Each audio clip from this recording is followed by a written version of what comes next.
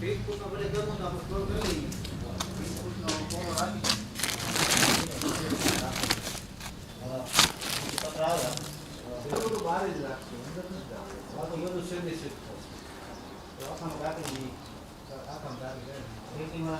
जो आप खाद देख रहे हैं वो हमने एक डीएपी का ऑप्शन निकाला है। इसको हम प्रोम कहते हैं, phosphorus rich organic manure. DAP का जो रॉ मटेरियल है वो कोई प्रकार का केमिकल नहीं है, वो जमीन का एक मिनरल्स ही है। उस मिनरल्स के अंदर वो पूरी प्रोसेस करने के बाद वो केमिकल बन जाता है और हमने इसमें से नेचुरली फॉस्फोरस अवेलेबल करने की प्रोसेस की है, जिसके कारण ये पूरा नेचुरल खाद है, ऑर्गेनिक खाद भी है ये पूरा। इसमें कोई भी प्रकार का केमिकल नहीं है। ये जो आप पूरी मशीनरी इसकी देख रहे हैं, ये पूरी इसको ग्रेन दाना बनाने की प्रोसेस है। इसके अंदर हम लिग्नाइट, जिप्सम, रॉक फॉस्फेट और गोबर, इन सारी चीज़ों को मिला के उसके अंदर बेसिलस सबटिलिस नाम के बैक्टीरिया डालते हैं, जो इस रॉक फॉस्फेट में से फॉस्फोरस अवेलेबल फॉर्म में ले आता है। वो बैक्टीरिया को जीवित रखने के लिए उसके अंदर हम लिग्नाइट डालते हैं, जो कार्बन का काम करता है और बैक्टीरिया को खुराक देता है और लंबे समय तक टिकाने की क्षमता देता है। उसके अंदर जो हम गोबर डालते हैं वो भी बैक्टीरिया को बढ़ाने का एक माध्यम बनता है। और इसके अंदर जिप्सम है, वो खाद की पीएच डाउन ले आता है, जिसके कारण इसके अंदर से फॉस्फोरस अवेलेबल फॉर्म में जल्दी आ जाए। तो ये सारे चीज़ों का मिश्रण करके हम पूरा इसको प्रोम बनाते हैं, जो कि ऑर्गेनिक का फॉस्फोरस का बहुत बढ़िया सा एक सोर्स है, जो डीएपी के ऑप्शन में ऑर्गेनिक खेती करने वाले का बढ़िया रूप से सपोर्ट कर सकता है। तो ये अच्छा, अपना इसका रेट क्या रहता है? इसका 50 किलो का 600 रुपये का हम पैकिंग करते हैं, जो विथआउट सब्सिडी है। इसमें कोई सब्सिडी नहीं लगती है, फिर भी हम 600 रुपये में अवेलेबल करते हैं। और इसके अगेंस्ट में डीएपी जो आता है वो 2300 से 2400 रुपये की बैग होती है, जो एक्चुअली प्राइस है उनकी। वो सब्सिडी उसमें जोड़ दे तो वो 1200-1300 रुपये में मिल जाता है। और हमारा खाद विथआउट सब्सिडी हम 600 रुपये में अवेलेबल करवाते हैं। तो मतलब उसका हाफ रेट में, उसके हाफ रेट और में सेम उतना ही 50 किलो का रहता है? हाँ, सेम 50। क्वांटिटी देखने में जाएंगे तो 50 किलो ही मिलेगी। हाँ। लेकिन डीएपी जितना रिजल्ट लेना हो तो इसकी थोड़ी क्वांटिटी बढ़ानी पड़ती है। तो हम आगे जाके ये कह सकते हैं कि डीएपी के रेट में ही हमें ऑर्गेनिक डीएपी मिल सकता है। इसकी क्वांटिटी थोड़ी बढ़ा दे तो डीएपी में भी जितना अवेलेबल फॉस्फोरस है, इतना फॉस्फोरस इस खाद में भी मिल जाएगा। उसकी जहाँ पे 1 बैग यूज होती हो वहाँ पे इसकी 2 बैग यूज होगी, तो भी उसका रेट इक्वल हो जाएगा, लेकिन ऑर्गेनिक में रिसोर्स मिल जाएगा। अच्छा, जैविक में सारा किसी तरह का कोई रसायन इसमें नहीं इस्तेमाल नहीं किया गया है, किसी भी प्रकार का। तो एक तरह से पूर्णतया जो गाय के गोबर और जो धरती के अंदर जो मिनरल्स जो मौजूद हैं उन सब को मिला के जो एक फॉर्मूला तैयार किया गया है, वो जैविक डीएपी जिसको हम बोल सकते हैं, वो तैयार किया गया है। तो आपकी ट्रांसपोर्टेशन पूरे भारत में है इसकी? पूरे भारत में ट्रांसपोर्टेशन, जैसे अभी देखो ट्रांसपोर्ट है, हाँ। फिर कुरियर सर्विस है वगैरह वगैरह, उस हिसाब से हम भेज सकते हैं। और क्वांटिटी हो तो ट्रांसपोर्टेशन जो हमें गाड़ी का लगता है वो उसके साथ हम डिलीवरी कर सकते हैं। अच्छा, चलो बहुत बढ़िया। और बाकी आप सीखने का भी व्यवस्था यहाँ पर है, कोई भी आके सीख सकता है, पूरी प्रक्रिया जान सकता है। चलो बहुत बढ़िया।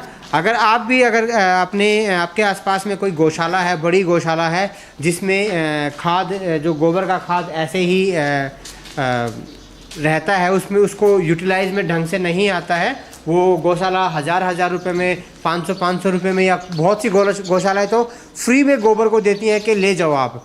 तो अगर आप ऐसी जगह पे रहते हैं और कुछ इनोवेटिव काम करना चाहते हैं तो यहाँ से आप सीखकर उस गौशाला में आप प्लांट लगा सकते हो और एक अच्छा खासा मुनाफा आप कमा सकते हो। अच्छा, एक और बात मैं जानना चाहूँगा भाई, इन डिमांड कैसा मिल रहा है आपको? मार्केट से रिस्पांस मिल रहा है कि नहीं मिल रहा है? जो लोग समझ पा रहे हैं कि ये ऑर्गेनिक में भी ये शक्य है चीजें, उन लोगों का रिस्पांस बढ़िया मिल रहा है। अच्छा। जो जिनको अभी भी कोई समझ नहीं आ रही है चीज कि ये केमिकल है, ये हानिकारक है, ये आगे जाके नुकसान करेगा, वो लोगों का रिस्पांस थोड़े देर से आएगा, लेकिन आएगा जरूर। बिल्कुल। अच्छा, मतलब जब से आप लोगों ने शुरू किया है तब में और आज में कुछ एक डिमांड बढ़ती जा रही, कुछ ऐसा रेशो है? बिल्कुल है। जब हमने शुरू किया था तब बहुत सारे लोग ऑर्गेनिक में मानते तो हैं, लेकिन वो कुछ करना नहीं चाहते, तो करना चाहते हैं उन लोगों को चीजें नहीं मिल पाती है। तो हमने ये बनाने का शुरू किया, तो जो लोग मान रहे थे वो धीरे धीरे हमारा ग्रुप बढ़ता जा रहा है। पहले 5-7 किसान हमसे जुड़े हुए थे, धीरे धीरे करके जिनको भी माहिती इन्फॉर्मेशन मिल रही है कि ऐसी चीज एक यहाँ बन रही है, जो लाभदायी है वो जी। लोग साथ में जुड़ते गए और डिमांड थोड़ी थोड़ी बहुत कम रेशियो में लेकिन बढ़ती है, कम नहीं हो रही है। धीरे धीरे पिछले साल जितना खाद निकला था यहाँ से जी। बहुत सारे किसानों ने उसका उपयोग किया था, उससे इस साल में थोड़ा बढ़ावा आया है, थोड़ी इंक्रीमेंट हुई है, तो थोड़े और लोग जुड़े हैं हमारे साथ। रिपीट भी ऑर्डर आए हैं, कई लोगों ने पिछले साल भी डाला था, इस साल भी डाल रहे हैं। तो धीरे धीरे करके ये पूरा हमारा ग्रुप बढ़ेगा और बहुत सारे किसान लोग हमसे जुड़ेंगे, ऐसी हमें उम्मीद है पूरी। अच्छा, तो यहाँ पे डेली आप देख रहे हैं इतना अच्छा अभी सब पैकिंग चल रहा है और अभी कुछ पीछे स्टॉक में भरा हुआ है और प्रोडक्शन की जो प्रक्रिया है वो आप सारी देख सकते हैं। ये यहाँ पर पीछे गौशाला है, गौशाला के पास में ही बनाया गया है, यहीं से गोबर सारा एकत्रित होता रहता है और ये गोबर लाके यहाँ पे स्टोर करना और फिर इन मशीनों में अलग अलग तरह से इसको मिक्सिंग करके प्रक्रिया के दौरान तहत से जाना पड़ता है। तो मनोज भाई विस्तार में ज़्यादा बताएंगे। जी मनोज भाई, अपने खाद बनाने की क्या प्रक्रिया है और किस तरह से ज़्यादा नॉर्मल खाद से ज़्यादा कारगर कैसे है ये जो हमारा खाद है जी वो गोबर को हम खाद मानते थे जी और आज भी मान रहे हैं, और वास्तव में गोबर है वो खाद है। बायोलॉजिकल तरीके से उसमें काफ़ी बैक्टीरिया है और उसके अंदर फिजिकल तौर पे भी वो ज़मीन को ठीक करने वाला है जी। और तत्व के तौर पे आपूर्ति करने वाला का गोबर है जी। मगर वो जो गोबर का सीधा उपयोग है वो हम नहीं करते हैं। उसको ज़्यादा मूल्यवर्धन करने के लिए हम उसके अंदर कई खनिजों का मिश्रण करते हैं। तो अलग अलग प्रकार के जो खनिज है उसको हम मिला के ये कंपोस्ट खाद बना रहे हैं, जिसमें जिप्सम है, परलाइट है, लिग्नाइट है, ऐसे जो खनिज है वो है। दूसरा वनस्पति का एग्रो वेस्ट जो है उसको भी हम उसमें कंपोस्ट करके डाल रहे हैं। तो वनस्पति, गोबर, मिट्टी सब मिला के एक उत्तम प्रकार के जो खाद जमीन को जितना चाहिए, बायोलॉजिकल तरीके से बैक्टीरिया भी उसमें एनरिच करते हैं। जब खाद बनता है तो उसमें जीवामृत और ये ओजोटोबैक्टर या फॉस्फेट सोलुबलाइजिंग पीएसबी बैक्टीरिया, ऐसे कई प्रकार के जो अच्छे बैक्टीरिया है वो भी हम कंपोस्ट बनने के बाद उसमें डालते हैं और ये तैयार हो जाने के फाइनल स्टेज में हम उसमें जोड़ते हैं बैक्टीरिया को भी। और ज़मीन को ठीक रखने, भौतिक तरीके से ठीक करने के लिए कई इसमें मिट्टी का भी प्रयोग करते हैं, तत्वपूर्ति के लिए भी मिट्टी का उपयोग करते हैं और साथ में गोबर और वनस्पति तो है। तो ये संपूर्ण तरीके से मैक्रो और माइक्रो तत्वों का और बायोलॉजिकल और भौतिक तरीके से ज़मीन ठीक करने वाला एक संपूर्ण खाद हमने बनाया है। बहुत बढ़िया। इसका रेट क्या रखा है हमने? ये हमारा रेट है 250 रुपये, 5 रुपये किलो के हिसाब से ये 250 रुपये का एक बैग है, एक बैग है। हाँ, ये अभी हमें इतना मुनाफा प्रॉब्लम हो रहा है, ये जो बनाने का सब किसान बना सके, जब हर गौशाला बना सके, उसके लिए हमारा प्रयास है। उसमें एक ही प्रॉब्लम आता है कि किसानों को अभी भी ये थोड़ा महंगा हो रहा है। 5 रुपये किलो के हिसाब से 250 रुपये की बैग जो है वो उसको आज भी थोड़ी महंगी दिख रही है, क्योंकि ये थोड़े क्वांटिटी में डालना पड़ता है।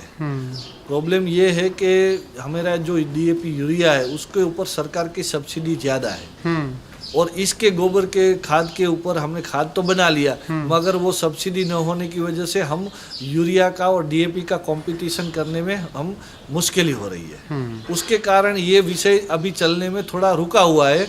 अगर सरकार इसको सब्सिडाइज कर दे डीएपी यूरिया के एस्पेक्ट से उसके सामने, तो मेरे हिसाब से ये खाद किसानों को ज़मीन भी बदल देगा, किसानों के उत्पाद को भी बढ़ा देगा और ये गौशाला जो है, ग्रामोद्योग भी, बहुत प्रकार के ग्रामोद्योग इसमें से बढ़ सकते हैं। और गांव-गांव में ऐसा वनस्पति का कचरा पड़ा है, गोबर पड़ा है, कई प्रकार की अच्छी मिट्टी है, तो वो खाद बनाने वाले लोग ढूंढ के सब अच्छा बनाने में लग जाएंगे। सिर्फ उसको सरकार का एक सब्सिडी का सपोर्ट अगर इसमें मिल जाता है तो ये जो हमने प्रोजेक्ट बनाया है हर गौशाला को स्वावलंबी बना देगा, हर गांव को स्वावलंबी बना देगा। क्योंकि हर गांव का जो खर्चा है, सबसे ज़्यादा पैसा बाहर जाने का माध्यम है वो खाद है। सबसे करोड़ों रुपया का खाद हर गांव से जा रहा है।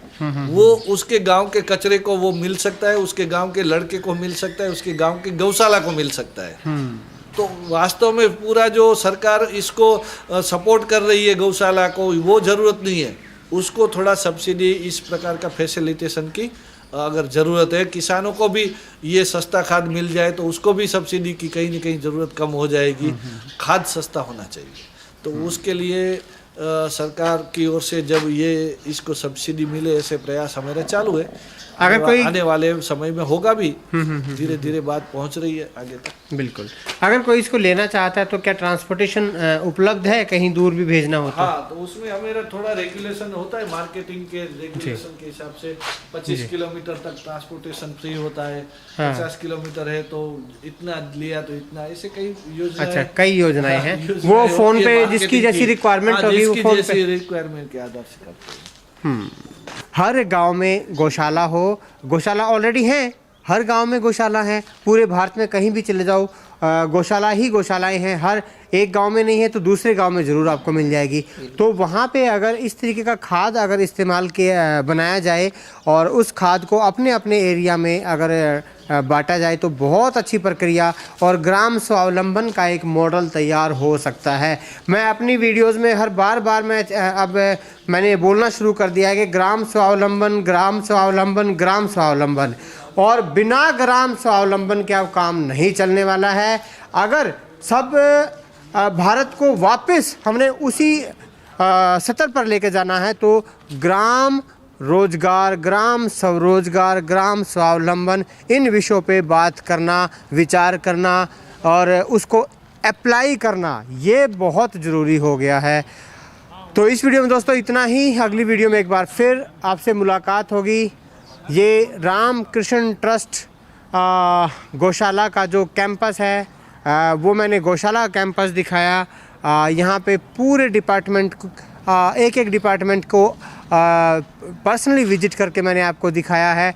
ये यहाँ पर ट्री गार्ड भी बनाए जा रहे हैं, जितने खेती के औजार हैं वो सारे इस्तेमाल बनाए जा रहे हैं यहीं पर। तो पूरे ग्राम का स्वरोजगार का एक मॉडल यहाँ पर विकसित किया गया है जो बहुत बहुत बहुत काबिल तारीफ़ है। तो अब यहाँ से समय हो गया है अलविदा लेने का। फिर किसी दूसरी गौशाला में जाएंगे जहाँ पर कुछ अच्छा काम, स्वरोजगार का काम, गौ से संबंधित काम, धरती से संबंधित काम, प्रकृति से संबंधित काम, नेचर से संबंधित काम, कुदरत से संबंधित काम, परमात्मा से संबंधित काम को दिखाएंगे। तब तक के लिए जय हिंद, जय भारत, जय गौ माता।